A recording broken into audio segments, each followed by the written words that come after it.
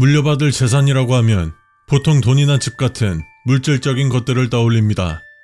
하지만 만약 절대 물려받고 싶지 않은 끔찍한 운명을 강제로 상속받게 된다면 어떨까요? 오늘 들려드릴 이야기는 어느 날 갑자기 아버지가 남긴 유언장을 발견한 아들의 시점입니다. 이건 평범한 유산 상속 문서가 아닙니다. 아버지가 평생을 바쳐 도망치고 싸워왔던 정체불명의 존재들, 그리고 그 괴물들로부터 살아남기 위해 지켜야만 하는 철저한 생존 수칙들이 적혀있죠. 가족을 만들지 말 것, 6시간 이상 자지 말 것, 그리고 죄책감을 느끼지 말 것. 도대체 아버지는 무언가와 싸워왔던 걸까요? 세상과 단절된 채 평생을 숨죽여 살아야만 하는 가혹한 운명의 변지. 지금부터 여러분을 이야기 속으로 초대합니다.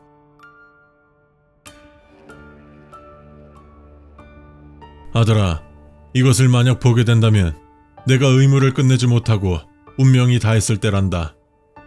아들아, 나의 의무를 너가 이어갈 필요는 없단다. 내가 끝내지 못한 일을 너가 끝낼 수 있을 것으로 생각하지 않기 때문이란다. 하지만 내가 의무를 다하지 못했기 때문에 앞으로의 너의 인생에 수많은 것들이 너를 방해할 것이란다. 이 아비가 미안하구나. 내가 편지를 남기는 이유는 너에게 도움을 주기 위해서란다. 앞으로 살아가면서 아래의 규칙을 지킨다면 그것들이 너를 해하지 않을 것이란다. 하지만 이 세계에 발을 들인 너에게 빠져나가는 방법은 죽음밖에 없다는 것을 명심하려무나. 그것들은 어디에든 존재한단다. 하지만 너는 그것을 의식해서 행동하면 안 돼. 그것은 자신이 있다는 것을 의식하는 존재를 가만두지 않는단다. 그것을 물리적으로 이기는 방법은 존재하지 않는단다. 하지만 그것을 피할 방법은 존재하고, 그것은 어린 양의 피를 매우 싫어한단다. 그것을 문에 바른다면 그것들이 집에 들어오는 것을 막을 수 있단다. 하지만 몸에는 바르지 마렴. 그것은 불쾌한 존재를 가만두지 않는단다. 나의 아들인 것을 그들이 알게 하지 말거라. 철저히 너의 신분을 숨기거라. 너의 신원과 얼굴을 바꾸거라. 너가 누구인지는 이제부터 가족과 진실한 친구만이 알아야 한단다. 술과 마약을 멀리하거라. 온전치 못한 상태인 너는 그들에게 접근하기 쉬운 표적에 불과하단다. 항상 정신을 맑게 하고 감각을 곤두세우거라. 6시간 이상 자지 말거라. 너무 오래 잔다면 그것들이 너의 몸 구석구석을 뒤지며 나의 아들인지 확인할 충분한 시간을 주는 거란다. 이 아비가 그랬던 것처럼 가족에게 정을 주지 말거라. 너는 언제든 사라질 수 있단다. 너가 정을 너무 붙인다면 그것들이 너의 가족들을 어떻게 할지 모른단다. 되도록 결혼하지 말거라. 지금 너가 겪는 고통을 너희의 소중한 자식과 사랑스러운 아내에게 물려주지 말거라. 항상 은이 섞인 물건을 들고 다니거라. 그것은 너가 도망칠 시간을 벌어줄 것이고 너의 마지막을 도와줄 친구란다. 은식기를 사용하거라. 만약 그것들이 너에게 명백한 적의를 가지고 접근한다면 은식기들이 빠르게 녹슬 것이란다. 죄를 짓지 말거라. 만약 죄를 지었더라도 죄책감을 느끼지 말거라. 그것들은 죄를 느끼고 죄책감의 찬양을 맡아 너를 찾을 거란다. 그리고 죄인인 아비나를 조롱하며 나에게 그랬던 것처럼 너의 운명의 마지막을 장식할 거란다. 세상과 너를 철저히 분리하거라. 너는 이 세계의 구성원이 아니며 더는 남과 관계를 맺는 것은 좋지 않단다.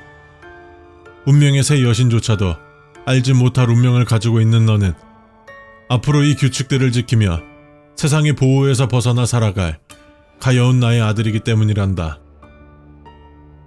만약 이러한 삶이 너무나 힘들어 더는 살아가고 싶지 않을 때 나의 영원한 친구이자 이 세계의 관찰자인 그에게 찾아가거라.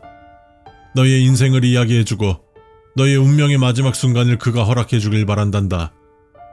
이 세계의 관찰자인 그는 세계에서 유리되어 관찰하지 못한 너의 처음부터 마지막까지를 지켜볼 의무가 있기 때문이란다. 이것이 내가 지금까지 지켜온 규칙이었고 이제는 너가 이어갈 이 아비가 끝내지 못한 운명이란다. 아들아, 지금까지 멀리서 지켜볼 수밖에 없었던 아들아. 죽어서도 집만 남긴 이 아비가 원망스럽구나. 너만큼은 그것들에게 지지 않고 살아가주길 바란단다. 그것이 너가 이 세상에 존재한 순간부터 바라온 희망이란다. 어떻게 보셨나요? 저는 이 수칙들을 읽으면서 무섭다기보다는 지독하게 외롭고 슬프다는 생각이 먼저 들었습니다. 특히 6번과 7번 항목, 가족에게 정을 주지 말고 사랑하는 사람과 결혼하지도 말라는 당부. 이건 살아남기 위한 수칙이라기보다 사실상 죽은 채로 살아가라는 형벌과도 같으니까요. 편지 곳곳에 등장하는 은식기나 어린 양의 피 같은 단어들을 보면 아버지가 상대했던 존재들은 일반적인 귀신은 아닌 것 같습니다. 여러분은 어떤 것들을 떠올리셨나요?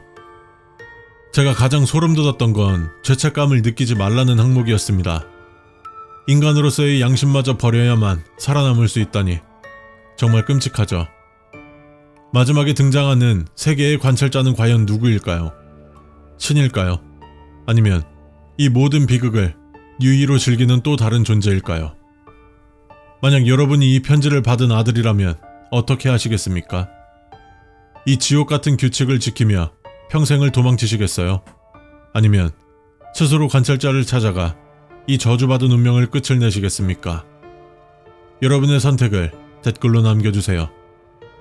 지금까지 세상의 모든 미스테리, 세몸이었습니다.